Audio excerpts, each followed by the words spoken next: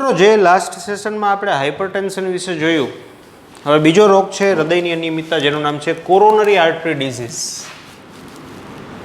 Coronary artery disease, CAD means કે coronary artery એટલે હૃદ ધમની ની અનિયમિતતા કે રોગો. હૃદ ધમનીની અનિયમિતતા કે રોગો. હવે હૃદ ધમની કોને કહેવાય મિત્રો? તો મેં તમને આવું કીધું હતું, જોજો કે આપણું જે આ હૃદય છે, આ હૃદય જેમાં આ નીકળે છે મહાધમની, અહીંથી આ મહાધમની નીકળતી, રેડી, મહાધમની. જેવી મહાધમની નીકળે છે ત્યાંથી જસ્ટ એક નળી આવી રીતે નીકળે. જોયું? જે સીધી ક્યાં ખૂપી જાય, ક્યાં વહી જાય, તો કે હૃદય છે ને એની દિવાલમાં વહી જાય, હૃદયની દિવાલમાં ફેલાઈ જાય. બરાબર? તો આ જે છે ને એને કહેવાય હૃદ ધમની, કે જે હૃદયને રુધિર પૂરું પાડે, હૃદ ધમની. આ હૃદ ધમની અંદર ફેલાઈ જાય અને અહીંયાથી જેને કહેવાય કે એના આવા ફાંટાઓ પડે. જેમાં આ જે ફાંટો છે એને હું કહીશ લેફ્ટ કોરોનરી આર્ટરી,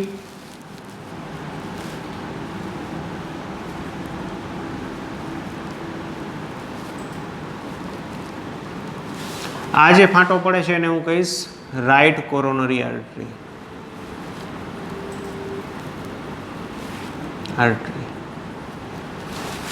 રેડી? વળી પાછી જે આ ધમનીઓ છે એમાં ફાંટા પડે, બ્રાન્ચ એક આમ પાછળ વળી જાય તો એને લેફ્ટ સર્કમફ્લેક્સ આર્ટરી કહેતા.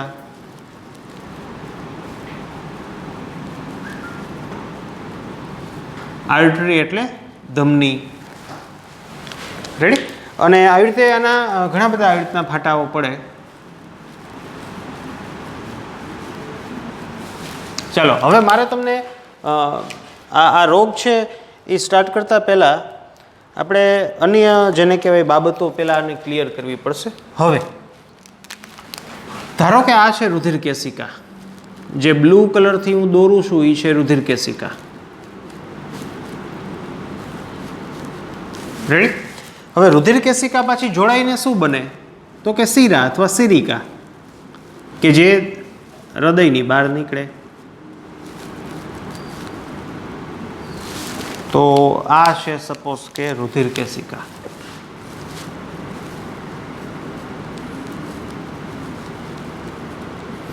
રુધિર કેશિકા જોડાઈ જાય.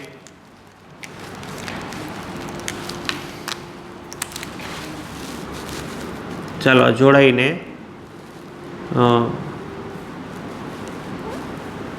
શિરિકા એન્ડ શિરાનું નિર્માણ થાય.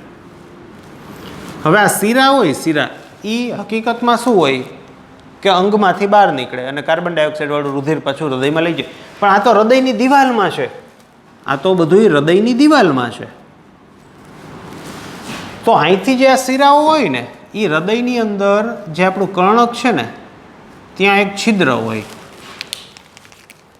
આ બધી શિરિકાઓ છે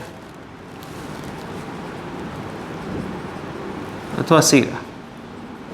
તો આ છે કર્ણકની અંદર રહેલું છિદ્ર.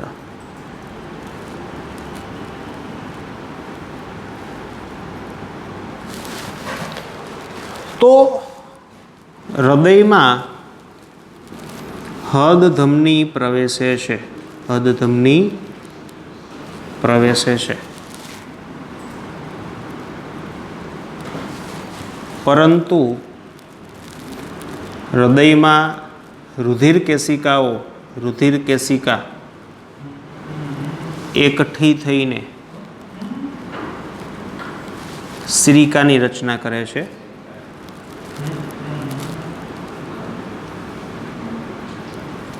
અને આ શિરિકાઓ જોડાઈને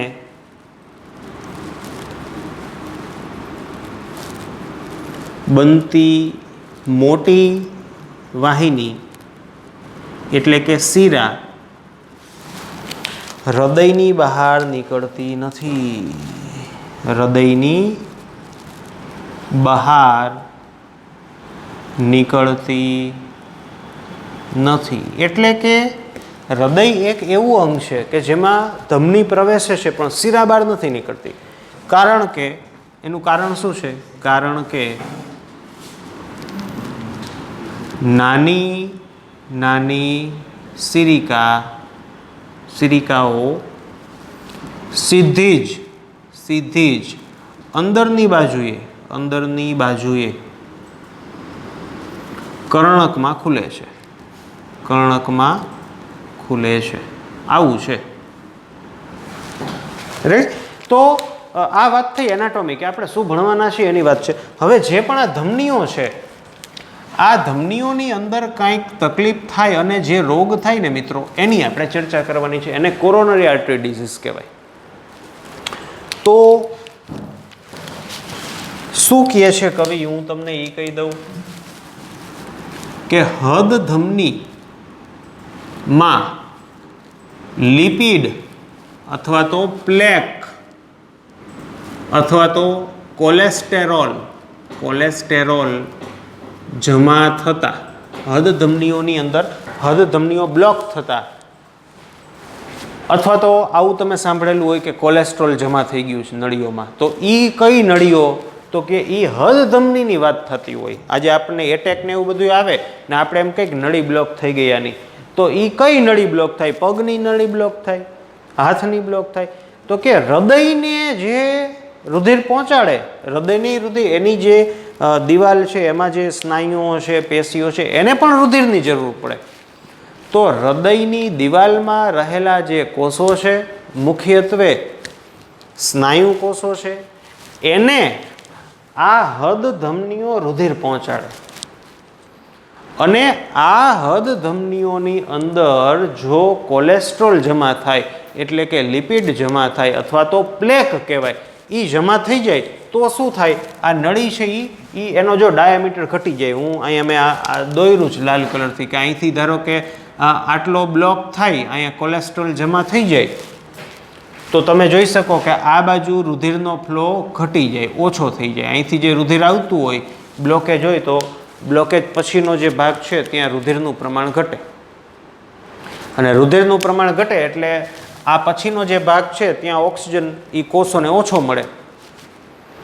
એ કોષોને જો ઓક્સિજન ઓછો મળે તો એ કોષો ઉર્જા ન બનાવી શકે, કારણ કે ઓક્સિજનની મુખ્ય જરૂરિયાત ક્યાં છે? એટીપી બનાવવામાં અથવા તો શ્વસનની પ્રક્રિયામાં, જે સામાન્ય રીતે કણાભસૂત્રમાં થતી હોય. તો આજે હૃદય કે જેને સતત ધબકવાનું છે, આપણે પગના અને હાથના સ્નાયુ શું હોય કે એ સતત કાર્યરત ન હોય, એ આપણે કાર્યરત હોય ત્યારે એ કાર્યરત હોય, પણ હૃદયના સ્નાયુઓ તો આપણે સૂતા હોય તો એ કાર્યરત હોય. એટલે એને તો પરફેક્ટ માત્રામાં, યોગ્ય પ્રમાણમાં પુરવઠો મળવો ખૂબ જ જરૂરી છે. એવામાં જો આવી ધમનીઓ બ્લોક થાય તો તેને રુધિર ન મળતા, ઓક્સિજન ન મળે, અને આ જે પેશીઓ છે, ખાસ કરીને હદ સ્નાયુઓ છે, એ ધીમે ધીમે કાર્ય કરવાનું બંધ કરે અને વિવિધ પ્રકારની કોમ્પ્લિકેશન ઊભી થાય. તો શું થઈ શકે તે આપણે કોરોનરી આર્ટરી ડિસઓર્ડર કે કોરોનરી આર્ટરી ડિઝીઝની અંદર અભ્યાસ કરવાનો છે. તો હું તમને આગળ ચર્ચા કરું ને, તો કોરોનરી આર્ટરી ડિઝીઝ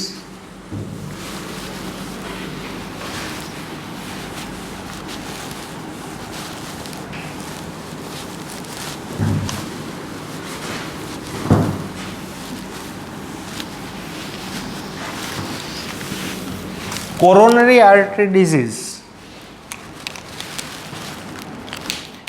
એક રોગ છે. CAD એક રોગ છે કે જેમાં ઘણી બધી કન્ડિશન અથવા તો સ્ટેપ અથવા તો સિમ્પટોમ્સ અથવા તો લક્ષણો જોવા મળે. આપણે કેમ, હું તમને એમ કહું કે શરદી, તો શરદી એક રોગ છે, પછી એમાં વિવિધ સ્ટેપ આવે. પહેલું સ્ટેપ કયું? તો કે નાક બંધ થાય, નાકમાંથી પાણી નીકળે. પછીનું સ્ટેપ તો કે કફ થાય, ઉધરસ આવે. પછીનું સ્ટેપ તો કે ક્યારેક તાવ પણ આવે. તો એવી રીતે આ એક આખો રોગ છે. એમાં સ્ટેપ બાય સ્ટેપ વિવિધ કન્ડિશનો આવે. જેમ કે પહેલી કન્ડિશન જે છે એનું નામ છે એથેરોસ્ક્લેરોસિસ. પહેલી જે કન્ડિશન છે એનું નામ છે એથેરોસ્ક્લેરોસિસ. તો આ છે શરૂઆતની કન્ડિશન. એથેરોસ્ક્લેરોસિસ એટલે શું? તો કે ધમનીમાં અથવા તો હદ ધમનીમાં લિપિડ કે કોલેસ્ટ્રોલનું જમા થવું. કોલેસ્ટેરોલનું જમા થવું એન્ડ ધમનીનો વ્યાસ ઘટવો. ધમનીનો વ્યાસ ઘટવો. આ પહેલું સ્ટેપ છે. બરાબર. બીજું, હવે જો આ જે રોગ છે ને એ બહુ લાંબા ગાળાનો રોગ છે. એ શરદીની જેમ અઠવાડિયાનો રોગ નથી. આ રોગની શરૂઆત છે ને એ બહુ ઘણા સમય પહેલાં થઈ જાય અને એનું જે ફાઇનલ સ્ટેપ છે ને એ ઘણા વર્ષો પછી આવે. આપણે ભણશું એટલે ખ્યાલ આવશે. તો આ રોગનું પહેલું સ્ટેપ છે એથેરોસ્ક્લેરોસિસ. મીન્સ કે ધીમે ધીમે નળીઓ બ્લોક થાય. હવે જેમ જેમ નળીઓ બ્લોક થાય ને એટલે શું થવા માંડે ખબર છે? કે ભારે કાર્ય કરીને એટલે છાતીમાં દુખાવો થાય. આ બધુંય કેમ થાય? બધું ડિટેલમાં ભણવાનું છે. તો આનું બીજું સ્ટેપ છે એન્જાઇના પેક્ટોરિસ. એન્જાઇના પેક્ટોરિસ આ બીજું સ્ટેપ. એન્જાઇના પેક્ટોરિસ એટલે શું? તો કે ભારે કાર્ય કરતા ધમની બ્લોક હોવાથી છાતીમાં દુખાવો ઉપડે. છાતીમાં દુખાવો ઉપડે. આને એન્જાઇના પેક્ટોરિસ કહેવાય. દરેક વસ્તુ આપણે ભણીશું ડિટેલમાં કે શા માટે છાતીમાં દુખાવો ઉપડે છે, ધમનીઓ કેવી રીતે બ્લોક થાય છે, લિપિડ ક્યાંથી આવ્યું, કેવી રીતે કોલેસ્ટ્રોલ જમા થયું વગેરે વગેરે. તો આ બીજું સ્ટેપ એન્જાઇના પેક્ટોરિસ. પછી ત્રીજું સ્ટેપ કે જેમ જેમ બ્લોક આગળ વધતું જાય, બ્લોકેજ આગળ વધતું જાય અને સંપૂર્ણ બ્લોકેજ થાય અથવા તો અન્ય એક ઘટના બને જેની આપણે ચર્ચા કરશું. તો ત્રીજું સ્ટેપ છે માયોકાર્ડિયલ ઇન્ફ્રેક્શન. ઇન્ફેક્શન ચેપ નહીં, ઇન્ફ્રેક્શન. તો માયોકાર્ડિયલ ઇન્ફેક્શન કન્ડિશનની અંદર શું થાય કે હૃદ સ્નાયુ પેશી જે છે, હૃદ સ્નાયુ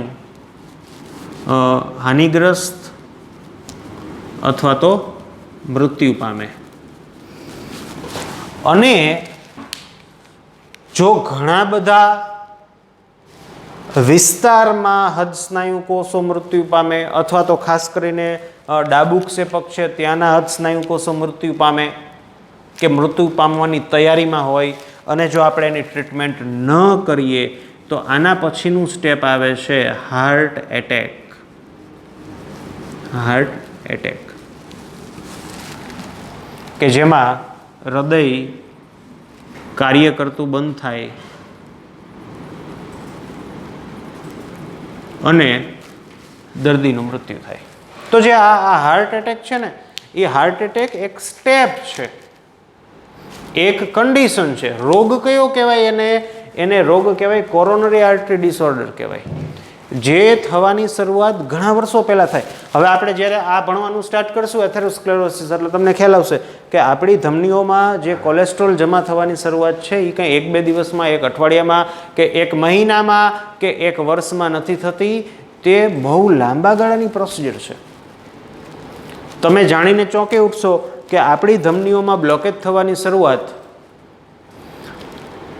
તરુણાવસ્થાથી તો લગભગ સ્ટાર્ટ થઈ જાય.